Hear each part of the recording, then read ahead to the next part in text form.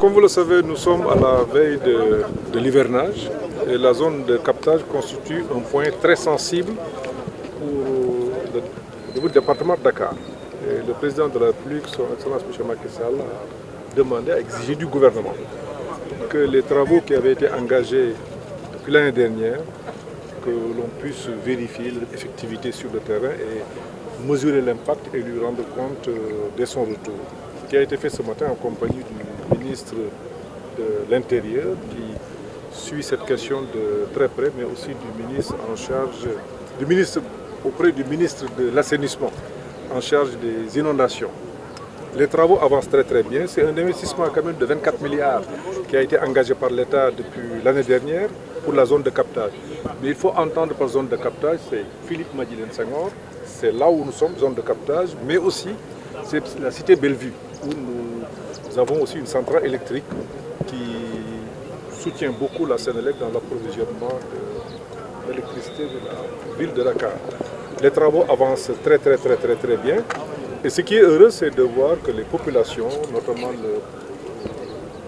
la mairie, la commune, donc l'adjoint au maire est là, le délégué de quartier, mais aussi d'autres.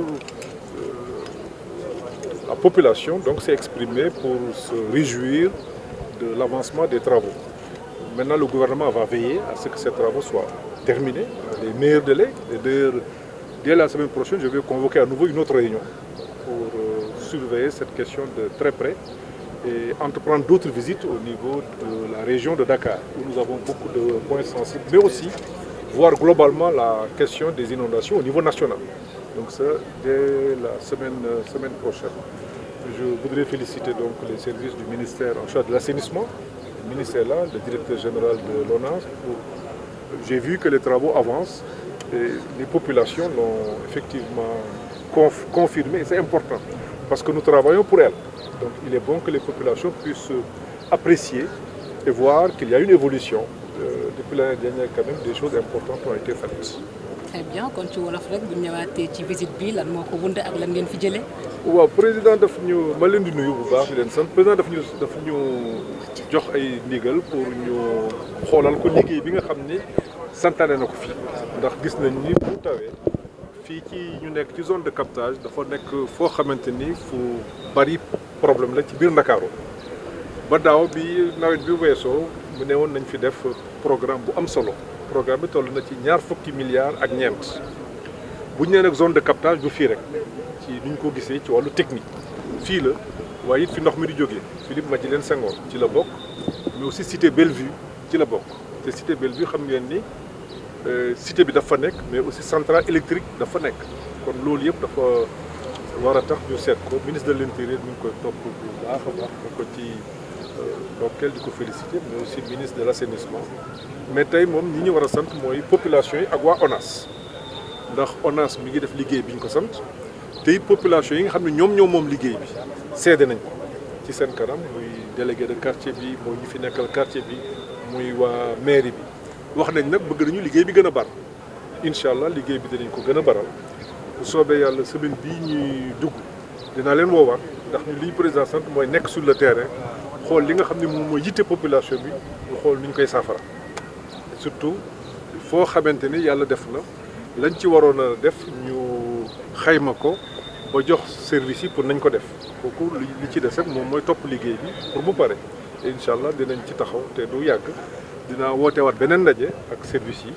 pour xool liggéey bi fii d'abord mais aussi yeneen feneen fi nga xam ne ay liggéey tàmbali woon nañ ko fa pour gën a woyofal askan wi seen dundin bu nawet ñëwee moo xam Kër Massar la moo xam ci booru Mbaaw la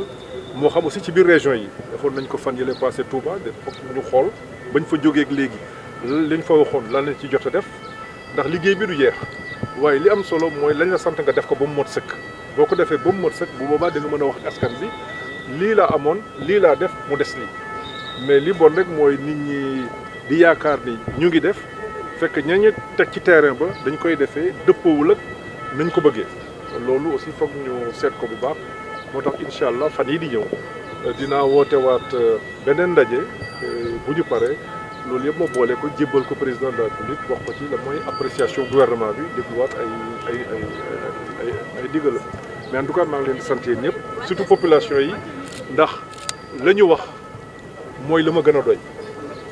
mooy boo toogee ak maire yi toog ak délégué de quartier toog ak ñi nga xam ne ñoo toogal askan bi ñoom ñi nga xam ni bu problème amee ñoom ñoo koy njëkk a dund bu ñu leen nee ah ñun kat lii gis nañ ko fi lii jëm na kanam bu ñu sañoon ñu yokk ci lii boobaa xel day daal li ma doon gën a jaaxal kay mooy li nga xam ni président waxoon nañ ko def daaw ñu ñëwoon fi ren population yi ne ñu li ñu waxoon yëpp dara defuñu ci dara bu boobaa danañ am jaaxal dañu am jaaxare mais ni ñu ko gisee liggéey baa ngi dox teg nañ ci suñu bët te incha allah li des mooy ñu baral ko directeur ONAS nee na mur bi war na pare fii 45 jours waaye nañ fexe wax ak moom wax ak entreprise bi bala ca war yëpp ñu def ko pour que gën baa bari fii ak fanweeri fan mu pare waaw ndax ñu nawet ba ñu ngi dugg ci nawet te taw bi mën naa ñëw saa su nekk mais li am solo moom mooy bu taw bi ñëwee nit ñi mën a gis ni nii la demee woon daaw waaye ren lii tane na ndax def nañ fi nangam ak nangam ak nangam ndax liggéey bi du jeex boo defee li nga war a def ba pare bu boobaa di nga mën taxaw ak askan bi ne leen kat lii lay ma santoon lii laa def mu des nangam loolu daal mooy li ma bëggoon wax may rafetlu seen teewaay fii yëpp di leen féliciter bu baax a baax di leen nag gën a soññ ndax ni ko président bëggee mooy na gaaw waaw il faut que li ñu fi diggaale woon ak population yëpp balaa nawet bi ñu def lépp bu ñu ko defee jubluwaat ci yeneen chantier loolu mooy la nga xam ne mooy jëmale réew mi kanam ma leen di sant di leen gërëm. Merci beaucoup.